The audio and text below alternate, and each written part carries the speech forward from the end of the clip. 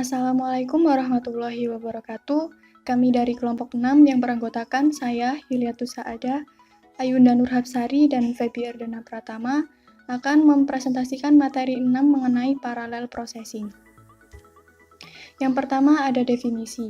Parallel processing merupakan penggunaan lebih dari satu CPU untuk menjalankan sebuah program secara simultan. Selanjutnya, tujuan utama dari parallel processing adalah untuk meningkatkan performa komputasi. Semakin banyak hal yang bisa dilakukan secara bersamaan atau dalam waktu yang sama, semakin banyak pekerjaan yang bisa diselesaikan. Selanjutnya, komputasi paralel merupakan salah satu teknik melakukan komputasi secara bersamaan dengan memanfaatkan beberapa komputer secara bersamaan. Komputasi paralel ini membutuhkan 3 komponen. Yang pertama adalah algoritma, yang kedua bahasa pemrograman, dan yang ketiga adalah compiler.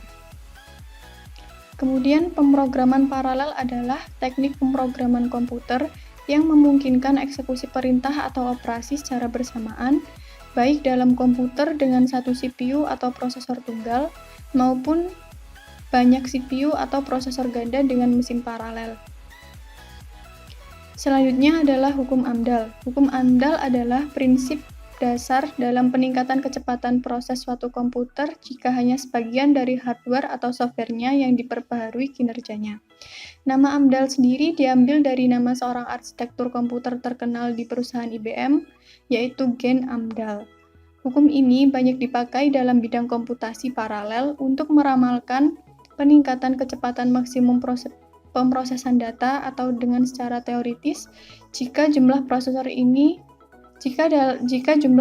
dalam komputer paralel tersebut ditambah. Berikut ini merupakan grafik hukum AMDAL dari parallel speed up dengan sequential fraction. Kemudian hukum AMDAL ini dinyatakan dalam suatu bentuk rumus yang dapat dilihat dalam layar. Untuk keterangannya, PK adalah persentase jumlah instruksi yang ditingkatkan. SK adalah faktor percepatan, yaitu 1 sama dengan tanpa percepatan. Kemudian K adalah tiap bagian yang dipercepat atau diperlambat, dan N adalah jumlah seluruh prosesor dalam proses kecepatan. Presentasi selanjutnya akan dilanjutkan oleh Ayunda Nurhapsari.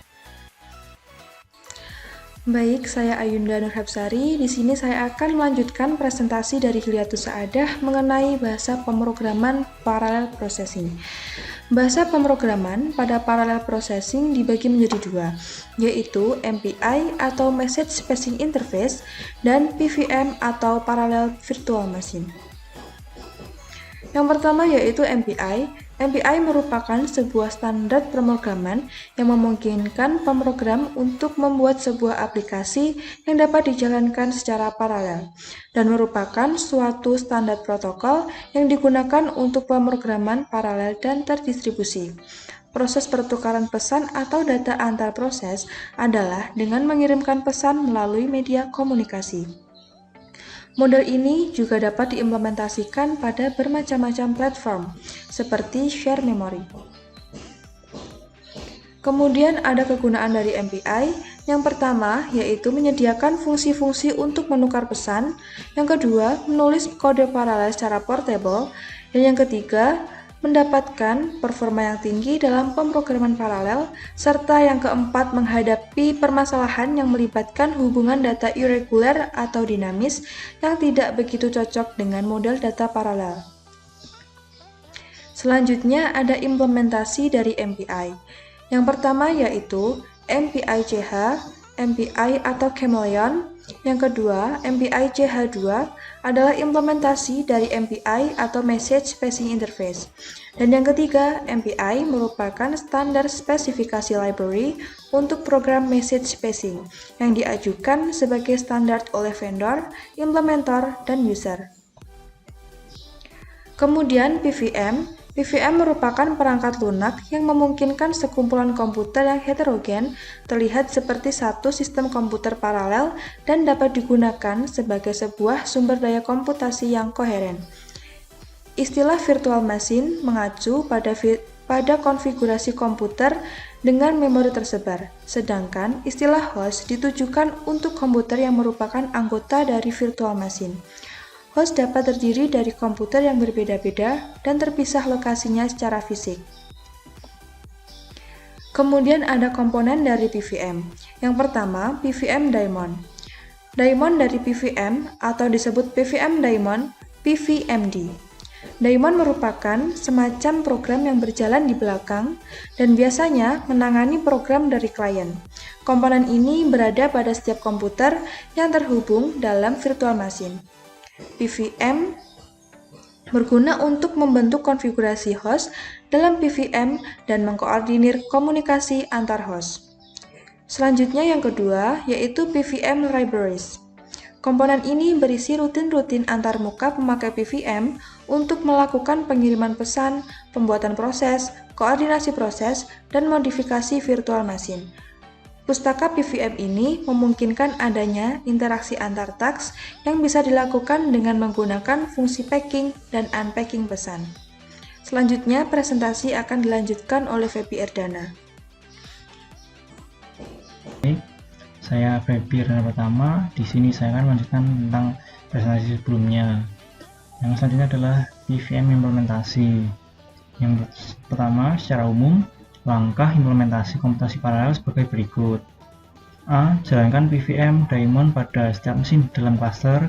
B. Jalankan program master pada master daemon. C. Master daemon akan menjalankan proses slave. Yang kedua adalah tools yang dapat digunakan, seperti PVM versi 3.4.5 yaitu virtual machine dan rutin untuk komputasi paralel.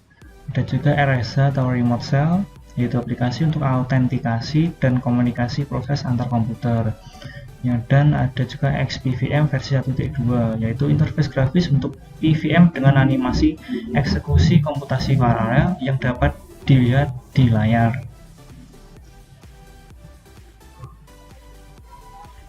Yang selanjutnya ada organisasi multiple processor. Yang pertama ada time shared bus, yaitu struktur dan antarmuka sama seperti sistem prosesor tunggal yang menggunakan interkoneksi bus. Kelebihannya adalah fleksibel dan reliabilitas. Yang ada adalah multi-port memory. Di sini memungkinkan akses modul-modul memori utama secara langsung dan independen oleh CPU dan modul input-output. Kelebihannya konfigurasi memori secara private. Ada juga Central Control Unit, yaitu seluruh logika untuk pengkoordinasian konfigurasi multiport dikonsentrasikan di unit kontrol pusat, sehingga antarmuka modul I/O, memori, dan CPU tidak begitu terganggu. Juga fleksibilitas dan kemudahan interfacing pendekatan bus. Kelebihannya adalah fleksibilitasnya. Ya, di sini ada taksonomi Flings. Ya, ini ada SASD, SAMD, MISD, dan MIMD. Penjelasannya ada di halaman selanjutnya. Ya, di sini ini adalah contoh pengelompokan arsitektur komputer menurut Flynn. Yang pertama ada arsitektur SISD. Arsitektur SISD, instruksi dilaksanakan secara berurut tetapi juga boleh overlap dalam tahapan eksekusi atau pipeline. Ada juga SIMD. Semua processing elemen menerima instruksi yang sama dari control unit tetapi mengeksekusi data yang berbeda dari alur data yang berbeda pula.